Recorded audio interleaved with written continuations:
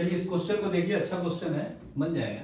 Potential drop across 6 ohm resistor is 12 volt. मतलब यहाँ का जो वोल्टेज है ना बेटा वो है 12 वोल्ट। क्लियर है? तो आपसे कह रहा है the EMF of the ideal battery, मतलब इसका वोल्टेज क्या होगा ये आपसे पूछ रहा है। करेक्ट है?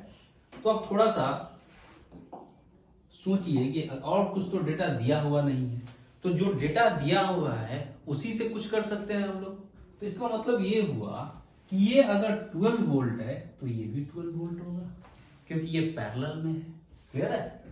तो आप यहां देखिए कि ये अगर 12 वोल्ट है, ठीक, और यहां पे भी कुछ ड्रॉप होगा, मान लीजिए ये V1 है। क्लियर?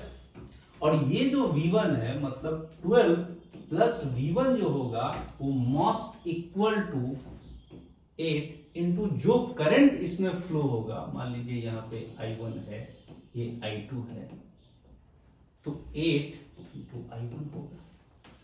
क्लियर है?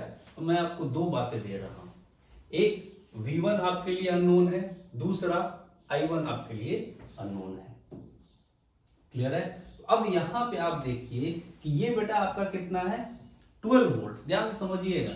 तो अगर ये 12 वोल्ट है तो यहां से जो करंट फ्लो हुआ बेटा वो तो 2 एम्पियर हुआ। करेक्ट है? समझ पाए आप? अगर यहां पे 2 एम्पियर हुआ तो ये कितना हुआ? अगर ये 12 वोल्ट है तो यहां पे भी आपका 1 एम्पियर हुआ, क्योंकि ये भी तो 12 वोल्ट है। करेक्ट है? तो यहां से 1 एम्पियर, 2 एम्पियर इधर और 1 एम्पियर यहां, तो इसका मतलब यहां से जो करंट का फ्लो हुआ वो 3 एम्पियर हुआ। तो V1 जो आपका हुआ वो 12 वोल्ट हुआ। ठीक है? 3 इंटू 4। अच्छा सर, ये बात तो हमें समझ में आई। करेक्ट? अब यहां पे देखिए उतना मुझे जाने की जरूरत भी नहीं थी, क्योंकि हमें निकल भी गया है।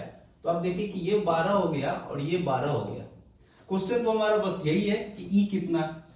तो E जो वोल्टेज इसमें होगा वही वोल्टेज इसमें होगा। करेक्ट? और ये पैरेलल में कनेक्टेड है। अगर I1 भी पूछ रहा है तो हम यहां से निकाल सकते हैं। क्लियर? तो हमारा आंसर कितना हो गया 24 वोल्ट, है ना। क्वेश्चन एक्सटेंडेड, एक क्वेश्चन आप हमारे तरफ से ले लीजिए कि I1 कितना होगा, तो ये आपका 24 हो गया, ये 8 I1।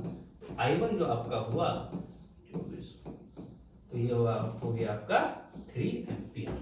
मतलब यहां से जो करंट फ्लो करेगा वो कितना होगा 3 एम्पियर।